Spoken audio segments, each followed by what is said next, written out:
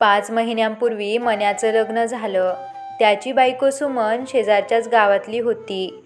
35शीला आला तरी मन्याचं लग्न जमेना. त्याच्या काळजीने त्याची आई मंदाची झोप उडाली होती. मग सुमनचं स्थळ चालून आलं. सुमनचा पहिला नवरा तिच्या लग्नानंतर एका अपघातात वारला होता. तेव्हापासून ती आईकडे राहायची. पोरीला किती दिवस घरात ठेवणार म्हणून सुमनच्या आईने कसेबसे सुमनचे लग्न पुन्हा करण्याचा निर्णय घेतला होता.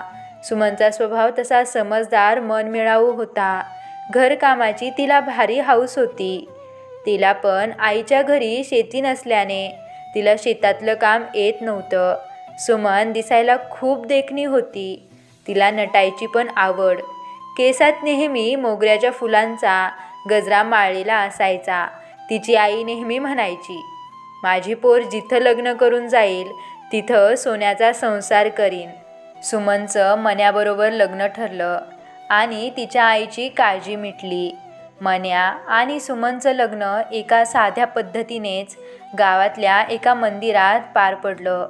सुमन सासरचं माप ओलांडून आल्यापासून मन्याच्या आईच्या नजरेत खुपत होतं. मन्या बायकोला खूप जीव लावायचा. तिला काय हवं नको ते आणून द्यायचा. हे मन्याच्या आईला म्हणजेच मंदाला आवडत नसे.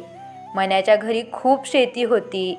तो सकाळी भाकरी बांधून रानात गेला की दिवस मावळतीलाच घरी यायचा. सुमन मात्र दिवसभर आपलं घरातलं काम करायची. ती घर अगदी नीटनेटकं ठेवायची. सकाळी लवकर उठून मन्याला डब्बा करून द्यायची. सासूला काय हवं नको ते पाहायची. सासूने आवाज दिला की सुमन हातातलं काम सोडून पळत यायची. एवढं करून देखील तिला सुनेचा राग यायचा. मन्या रानात गेला की मंदाची सुमनला कुरकुर करणे सुरू व्हायचे. पण सुमन कधी सासूचा राग मानत नव्हती. तिला वाटायचे सासू आईसारखीच आहे. आई पण आपल्याला काही चुकलं की बोलायची. मन्या संध्याकाळी घरी आला की आई त्याचे कान भरायला सुरुवात करायची. तो फक्त हो नाही एवढंच बोलायचा, कारण त्याला आपल्या आईचा स्वभाव माहीत होता. असेच दिवस जात होते आणि मंदाला वाटायला लागलं की आपण मन्याला एवढं बायकोबद्दल वाईट सांगतो तरी तो काहीच बोलत नाही. हे असंच चालू राहिलं तर एक दिवस बायकोच्या नादी लागून आपल्याला घराबाहेर काढेल. दुपारची वेळ होती आणि सुमन आपलं काम आवरून थोडी कुठे बसते ना बसते तोच मंदा उरबडून मोठमोठ्याने रडायला लागली. सुमनला तर कळेना आज काय झालं. ती धावत पळत सासूजवळ आली. तोपर्यंत शेजारपाजारच्या आयाबाया जमा झाल्या होत्या. आलेल्या बायांनी पार घर गजबजून गेलं होतं. सुमन पुढे होऊन सासूला काय झालं म्हणून विचारते. तशी मंदा सुमनला शिव्या द्यायला लागते आणि म्हणते, काय झालं म्हणून काय विचारते. माझे 5 तोळ्याचे दागिने मी तांदळाच्या डब्यात ठेवले होते, ते चोरीला गेलेत आणि ते तू चोरले. हे ऐकून तर सुमनला धक्काच बसतो.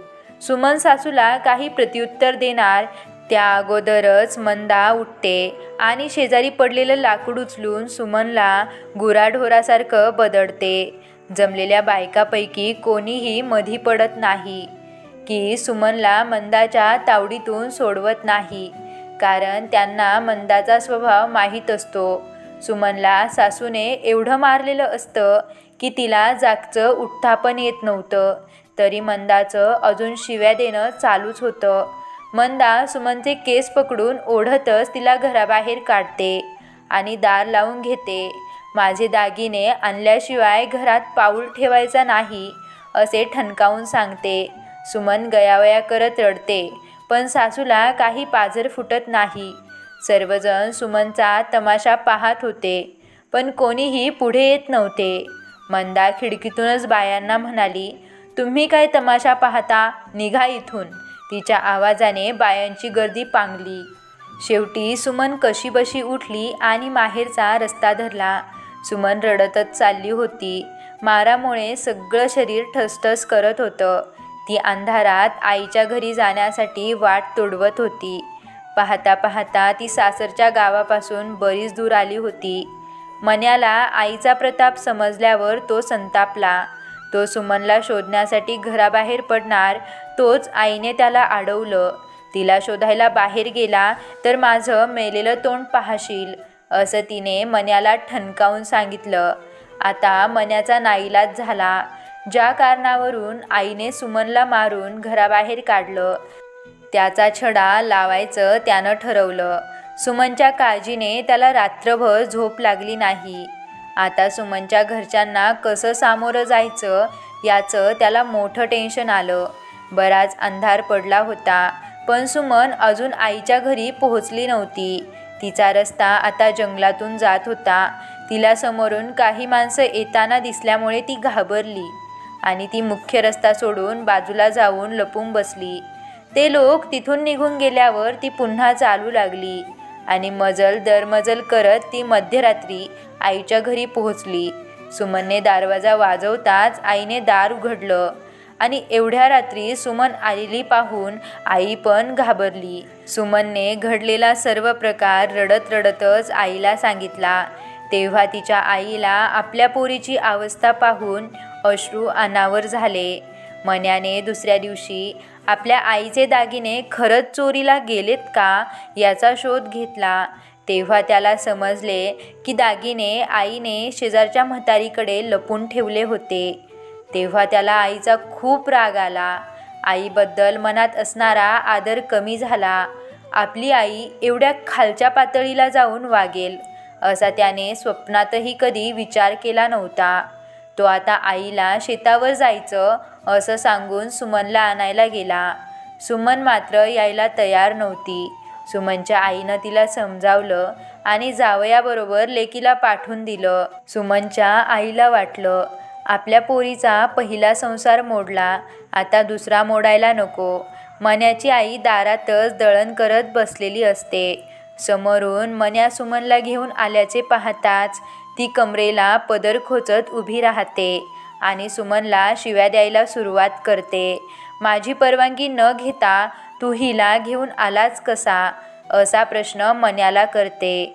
माझ्या दागिन्यांची सोय करायची मगच घरात यायचं, असं मंदा पोराला सांगते. आता मात्र मन्याचा राग अनावर होतो आणि तो गर्दीत उभ्या असलेल्या म्हातारीकडे तावातावाने जातो आणि तिला हात पकडून ओढतच आणून आई पुढे उभा करतो आणि म्हणतो, या म्हातारीला विचार तुझे दागिने कुठे आहेत. मन्याचा रुद्र अवतार पाहून मात्र त्या म्हातारीला आणि मंदाला दरदरून घाम फुटतो. ज्या आईला जीवाच्या पलीकडे जपलं, कधी काही कमी पडू दिलं नाही, तीच आई आपला संसार मोडायला निघाली याचं त्याला वाईट वाटतं. म्हातारी सर्व लोकांसमोर ते दागिने मंदानेच माझ्या घरी लपून ठेवले होते म्हणून कबूल करते. आता मात्र मंदाचा चेहरा पाहण्यासारखा होतो. सर्व लोक तिला नाव ठेवतात.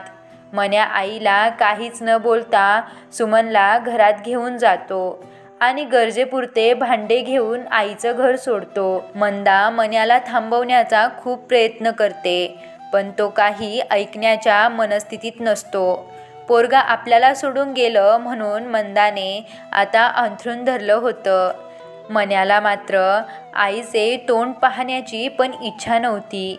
त्यानं शेतात 4 खांब उभे करून छप्पर तयार केलं आणि दोघेही नवरा बायकोने नव्याने संसार उभा केला. आता मन्यामागची दररोजची कटकट संपली होती, पण आईसोबत नसल्याची खंत तरीही त्याच्या मनात होती. तुम्हाला व्हिडिओ आवडला असेल तर व्हिडिओला लाईक करा, शेअर करा आणि तुम्ही आपल्या चॅनलवर नवीन असाल तर चॅनलला सबस्क्राईब करायला विसरू नका. धन्यवाद.